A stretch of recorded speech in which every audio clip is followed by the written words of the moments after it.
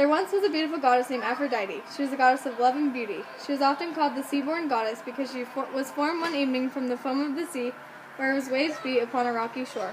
Her eyes were as blue as the summer sky, her skin as fair as the white seamed foam from which she came, and her hair as golden as the yellow rays of the setting sun.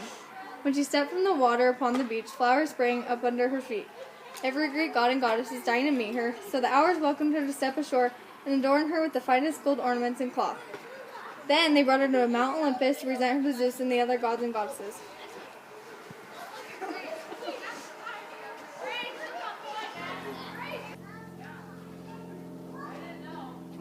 Cupid is the god of love. He is most famous for shooting people with his love or hatred-tipped arrows. Aphrodite was warned that her son Cupid would remain a child until he had a brother. With the birth of Aphrodite's second son, Antaeus, Cupid grew into manhood. The Trojan War began because Thetis and Peleus didn't invite Eris to their wedding. Eris was so furious that she stormed into the wedding banquet and threw a golden apple onto the table. Then Hera, Athena, and Aphrodite quickly reached for the apple. Zeus proclaimed that Paris, thought to be the most beautiful man alive, would act as a judge. The three goddesses came to him and told him that he must decide which of them was the fairest and to which the golden apple should go to. Each whispered to him how they would reward him if he gave them the apple. First, Hera promised him great power and happiness. Next, Athena assured him of wisdom and respect from everyone. Lastly, Aphrodite promised him the most beautiful woman in the world. Paris came to the conclusion of his judgment. The golden apple would go to Aphrodite.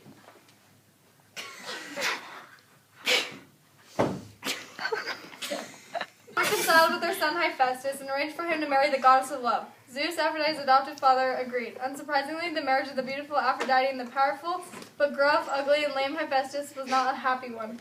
Aphrodite could not confine her love to just one. The goddess did not remain faithful to Hephaestus, not by a long shot. She had countless affairs with both gods and mortals. Aphrodite was married to the graceless and lame Hephaestus, the god of fire. Her true love was Ares, the god of war. Hephaestus was furious. One day, while Aphrodite and Ares were together, they were caught in an invisible but strong net. Hephaestus, using his wit and his crafting skills, made an unbreakable net and trapped the two lovers while they were in bed and dragged them. Hephaestus demanded punishment, but the gods laughed and thought him foolish. In the end, nothing was done and things went back to as they were before, and Hephaestus learned to accept Aphrodite's adultery. Years later, Aphrodite heard about Psyche and was jealous of all the attention people paid to her. Then she called her son Eros, also known as Cupid, and told him to put a spell on her. Eros flew down to earth with 2 potions.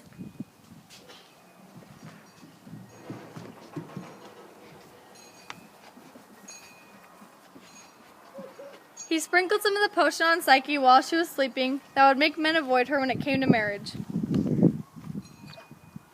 Eros accidentally pricked her with one of his arrows, which would make her fall in love with someone instantly.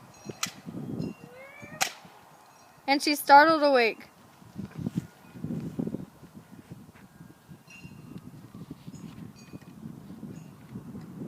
Her beauty startled Eros, and he accidentally pricked himself as well. Feeling bad about what he had done, he then sprinkled her with the other potion.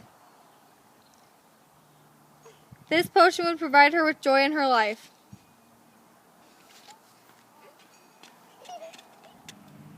She still could find no husband, but her parents asked an oracle to reveal her future husband. It said no man would have her, but a creature on top of the mountain. Her new husband never permitted her to see him, but he proved to be a true and gentle lover. He was, of course, Eros himself. Psyche's sisters told her not to forget that her husband was some kind of monster. They suggested that she hide a lantern and a knife near her bed, so that the next time he visited her, she could look to see if he was indeed a monster, and cut off his head if it was so. But it was Eros.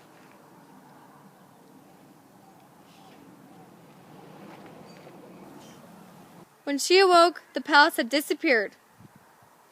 Then she found herself in a field near her old home.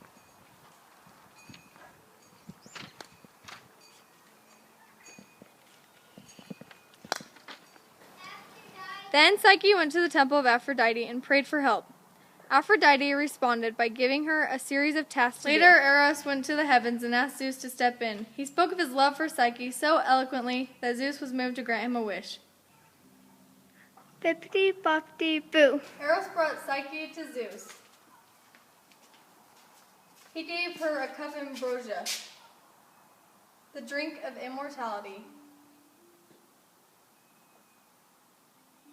Zeus then joined Psyche and Eros in eternal marriage.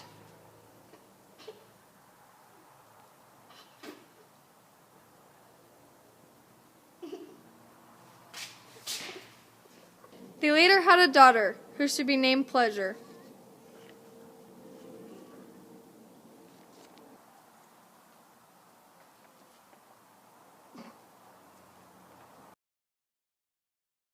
The Trojan War began because Thetis and Peleus didn't invite Eris to their wedding. Stop. Stupid. Just be like, How long have you been Do that dance. Did you bring money? Do the dance. We want to look fake. Do the dance. Look like shit. Do the dance. Do the dance. lame and ugly. Sorry. Okay. I can ride my bike with no handlebars.